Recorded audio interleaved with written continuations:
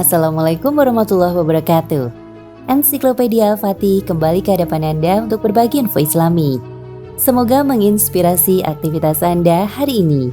Dan jangan lupa klik tombol subscribe dan aktifkan notifikasi tombol lonceng agar tidak tertinggal berita terbaru dari Ensiklopedia Al-Fatih.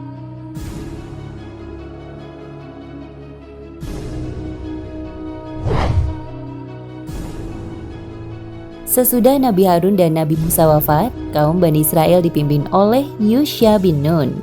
Kepemimpinan Yusha bin Nun itu, mereka dapat menguasai tanah Palestina dan bertempat tinggal di istana. Namun setelah Yusha bin Nun meninggal, mereka terpecah belah dan isi kitab Taurat berani mereka merubah dan ditambah-tambah. Mereka suka bersilang pendapat, akhirnya hilanglah kekuatan persatuan mereka, dan tanah Palestina diserbu dan dikuasai oleh bangsa lain.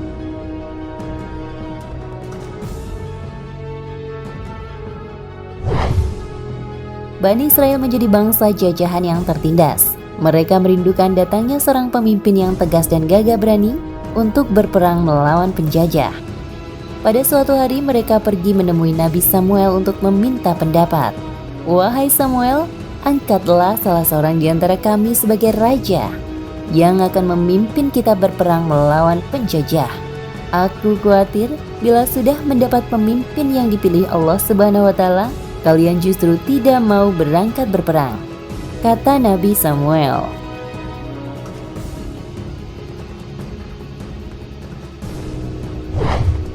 "Kita sudah lama menjadi bangsa tertindas," kata mereka.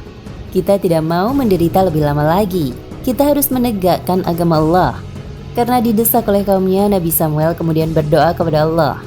Doanya dikabulkan dan Talut diangkat sebagai raja yang memimpin mereka.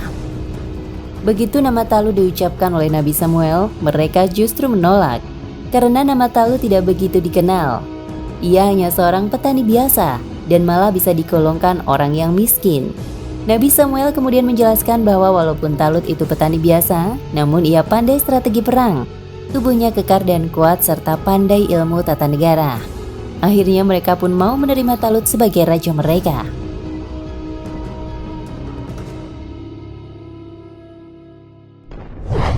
Talut mengajak orang-orang yang tak punya ikatan rumah tangga dan perdagangan untuk ke medan perang. Dengan memilih orang-orang terbaiknya itu, ia berharap mereka dapat memusatkan diri pada pertempuran dan tak menghiraukan lagi urusan rumah tangga dan perdagangan mereka. Salah seorang anak muda yang ikut dalam barisan Talut adalah seorang remaja yang bernama Daud. Ia diperintah ayahnya untuk menyertai kedua kakaknya yang maju ke medan perang. Daud tidak diperkenankan maju ke garis depan, ia hanya disuruh melayani kedua kakaknya. Tempatnya di garis belakang. Jika kakaknya lapar atau haus, dialah yang melayani dan menyiapkan makanan dan minuman.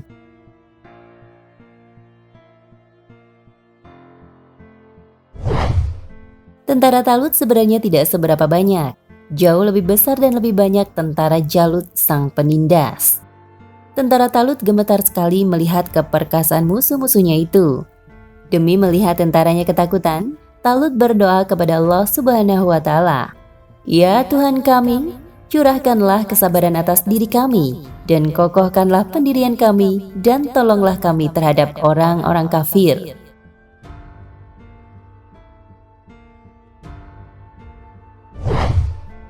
Maka dengan kekuatan doa itu, mereka menyerbu tentara Jalut. Mereka bertempur dengan gagah dan berani. Tentara Jalut tak mengira bahkan lawan yang berjumlah sedikit itu mempunyai keberanian bagaikan singa yang terluka.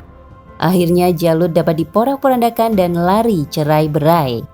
Tinggal Jalut sang panglima dan beberapa pengawalnya yang masih tersisa.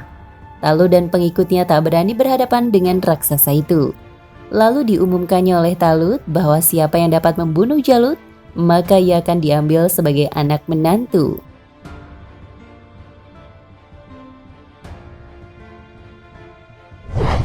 Tak disangka dan diduga, Daud yang berusia remaja tampil ke depan dan minta izin kepada Talut untuk menghadapi Jalut.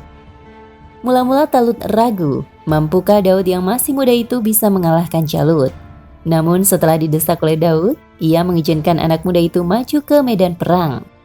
Dari kejauhan, Jalut melihat sepak terjang Daud yang menantang Jalut. Jalut memang sombong.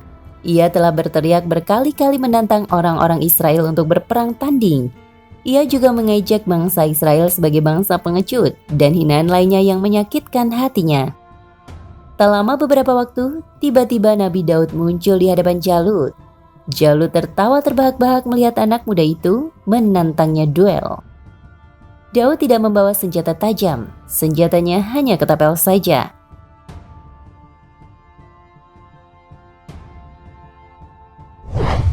Berkali-kali Jalut melayangkan pedangnya untuk membunuh Nabi Daud, namun Nabi Daud dapat menghindar dengan gesitnya. Pada suatu kesempatan, Daud berhasil melayangkan peluru batu ketapelnya tepat di antara kedua mata Jalut. Setelah terjadi dan berhasil melayangkan batu ketapelnya kepada Jalut, maka Jalut berteriak keras, sehingga roboh dengan dahinya pecah dan mati. Dengan demikianlah menanglah pasukan Talut melawan Jalut. Nabi Daud diangkat sebagai menantu Raja Talut yang dijodohkan dengan anak putri Talut bernama Mikyal.